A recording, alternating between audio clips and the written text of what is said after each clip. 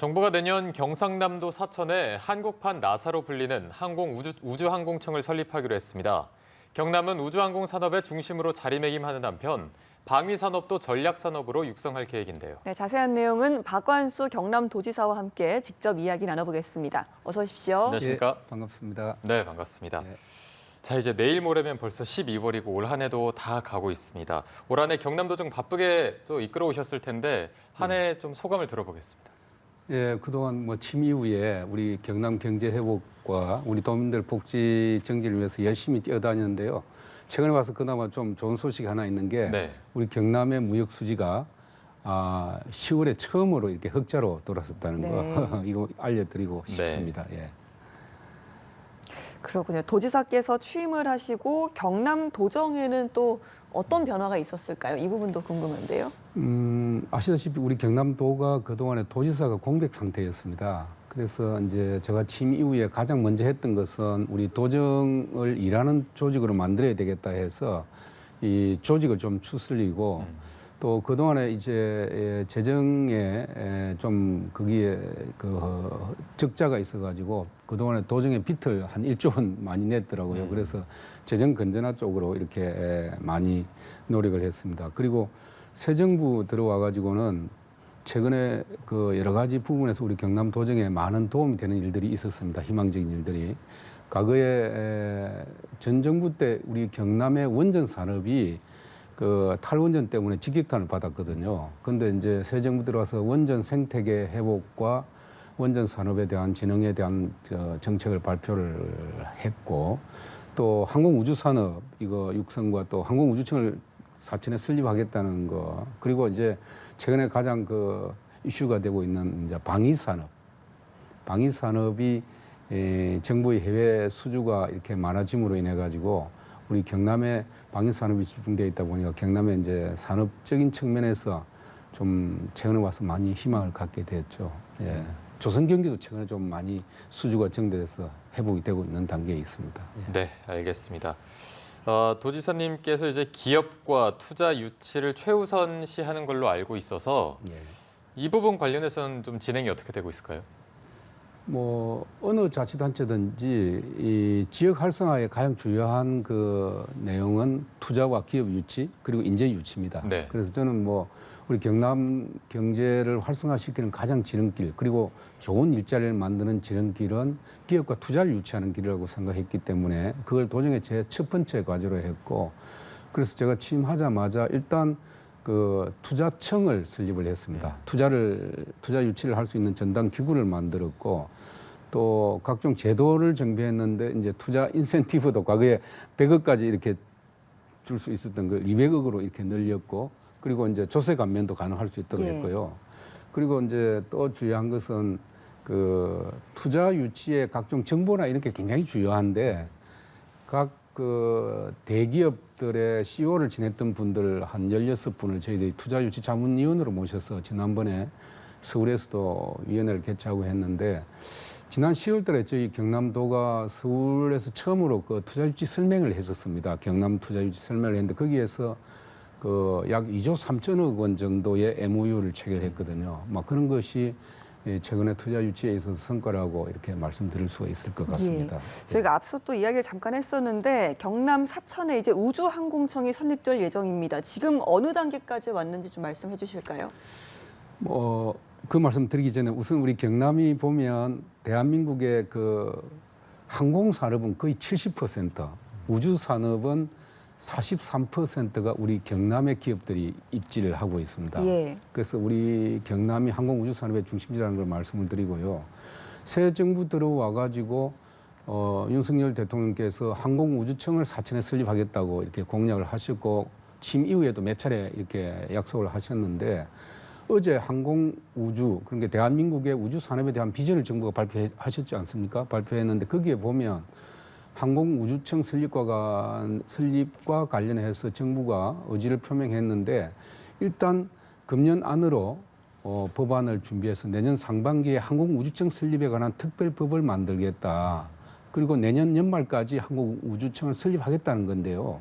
문제는 이제 항공우주청이 과기부 산하에 설치가 됩니다만 이게 일반적인 행정 조직이 아니고 전문가 집단으로 만들겠다. 결국 무슨 이야기냐면 단순한 항공 우주 행정을 담당하는 항공우주청이 아니고 미국의 나사와 같이 앞으로 대한민국의 항공우주 산업과 비전을 이끌 수 있는 그런 전문가 집단으로 예. 만들겠다고 한 것이기 때문에 저희들이 굉장히 기대가 크고 있고요. 저희 도에서는 이제 정부의 인원 준비에 발을 맞추어서 일단 우리 경남에서는 사천에 항공우주청이 입지할 수 있는 그 복합 도시 형태의 그 도시 개발을 통해서 항공우주청 설립과 또 항공우주청에 근무하는 전문가들이 생활할 수 있는 정주 여건을 만드는 것. 이것 저희들 준비를 하고 있기 때문에 아마 앞으로 착실히 준비돼서 내년 말까지는 항공우주청이 사천에 설치될 거 아닌가 이렇게 생각을 하고 있습니다. 네, 관련해서 뭐 도시 기반, 산업 기반을 준비하시고 계시는 것 같고요. 예. 앞서 또 전해드렸을 때 방위 산업을 이제 전략 산업으로 육성하겠다라는 내용이 있어서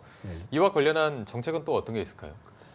그 방위 산업도 우리 경남이 그 생산 수출 면에서 거의 50%를 차지하고 있습니다. 네. 대한민국의 방위 산업에 그 이 방위 산업 중에서도 우리 경남이 항공 방산, 육상 방산, 해상 방산 다 가지고 있죠. 예를 들면 육상 방산 같으면은 K2 전차를 생산하는 로템이라든지 그리고 이제 K9 자주포를 생산하는 하나 디펜스와 같은 그런 이제 기업이 입지하고 있고 항공 방산 쪽에서는 그 카이가 입지하고 있습니다. 그리고 해상 방산 쪽에서는 대우조선이 입지하고 있는데 저희들 입장에서는 최근에 이제 새 정부에서 이 방위 산업에 대한 해외 수주를 굉장히 대통령께서도 OECD 회의에 가셔가지고 폴란드에 거의 40조 가까운 그 방위 산업에 대한 수주를 해 오셨고 최근에 또 빈 살만 사우디 왕세자가 와가지고 대통령과 이렇게 협상 과정에서도 방위 상품에 대한 이제 계약이 이렇게 협약이 이루어지고 했었는데